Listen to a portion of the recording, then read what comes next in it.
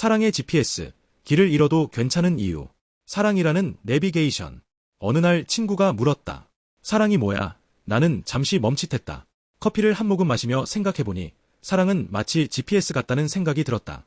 목적지는 정해져 있지만 가는 길은 늘 예측 불가능하고 때로는 재계산 중입니다 라는 안내 음성이 끝없이 반복되기도 한다. 같은 방향을 바라보는 두 개의 나침반.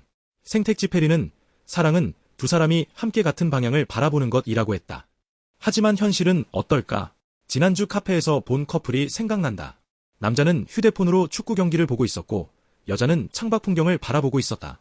언뜻 보면 완전히 다른 방향을 보고 있는 것 같았지만 자세히 관찰해보니 둘 다 행복한 순간이라는 같은 목적지를 향해 가고 있었다. 남자는 좋아하는 팀의 골을 여자와 나누고 싶어 했고 여자는 평화로운 오후를 남자와 함께 보내고 있었다. 마치 두 개의 나침반이 각각 다른 자기장을 따라 움직이지만 결국 진북이라는 하나의 진리를 가리키는 것처럼 말이다. 사랑하고는 없다. 괴테의 역설. 괴테는 사랑받기 위해서는 사랑해야 하고 사랑하기 위해서는 배워야 한다고 했다. 그런데 정말 아이러니컬하게도 세상에는 요리학원, 영어학원, 심지어 마술학원까지 있지만 사랑학원은 없다. 내 친구 민수는 작년에 연애를 시작하면서 온갖 연애 관련 책을 읽었다. 남자는 화성에서, 여자는 금성에서 왔다부터 시작해서 사랑의 기술까지. 하지만 정작 첫 데이트에서는 책에서 배운 모든 것을 까먹고 그냥 솔직한 자신의 모습을 보여줬다. 그리고 그게 가장 매력적이었다고 한다. 사랑은 수학 공식처럼 외울 수 있는 게 아니다. 오히려 매일매일 새로운 상황에서 즉흥 연주를 하는 재즈 연주자 같다. 기본기는 필요하지만 진짜 감동은 예상치 못한 순간에 터져나온다. 불완전함이라는 완벽한 조각. 릴케의 말처럼 진정한 사랑은 상대방을 완전히 이해하는 것이 아니라 이해하지 못하는 부분까지도 받아들이는 것이다. 이것은 마치 직소 퍼즐 같다. 완벽한 그림을 만들기 위해 모든 조각이 딱 맞아떨어져야 한다고 생각하지만 실제로는 조각 하나하나가 약간씩 삐뚤삐뚤하고 모서리가 거칠다. 그런데 바로 그 불완전함 때문에 서로 맞물릴 수 있는 것이다.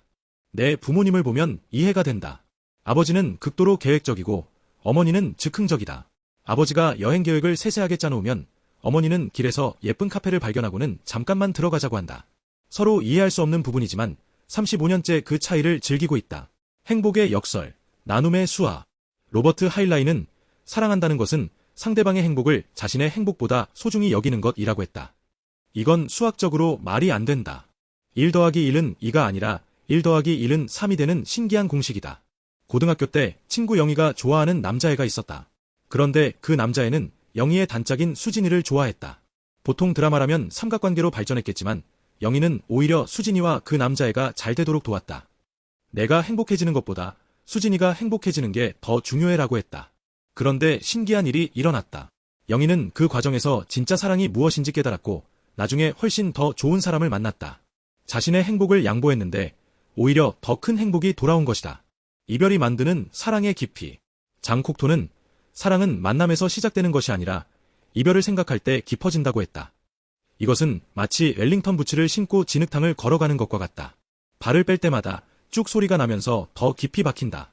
대학교 4학년 때 2년 동안 사귄 여자친구와 취업 때문에 멀어질 위기에 처했다. 그때까지는 사랑이 당연한 것이라고 생각했는데 이별 가능성을 마주하니 비로소 그녀가 얼마나 소중한지 깨달았다. 그녀의 사소한 습관들, 라면을 끓일 때 계란을 넣는 타이밍, 웃을 때 눈이 초승달 모양이 되는 것, 고민이 있을 때 무의식적으로 머리를 만지는 것, 이 모든 것들이 갑자기 영화의 슬로우 모션처럼 소중하게 느껴졌다. 불완전함이라는 완벽함. 오스카 와일드는 우리가 사랑하는 것은 그 사람의 완벽함이 아니라 불완전함이다 라고 했다. 이건 정말 역설적이다.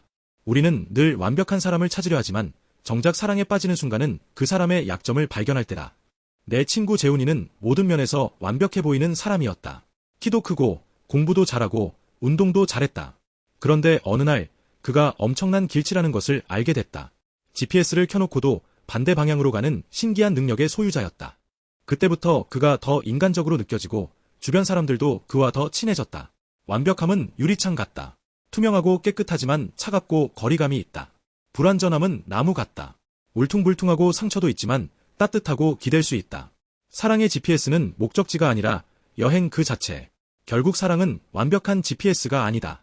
때로는 재계산 중입니다 라는 안내 음성이 계속 나오고 때로는 전혀 엉뚱한 곳으로 안내하기도 한다. 하지만 그래도 괜찮다. 왜냐하면 사랑에서 중요한 것은 목적지에 도착하는 것이 아니라 함께 길을 잃어가는 그 여행 자체이기 때문이다. 그러니까 다음에 사랑의 GPS가 재계산 중입니다 라고 할 때 당황하지 말고 창밖 풍경을 즐겨보자. 길을 잃는 것도 사랑의 일부니까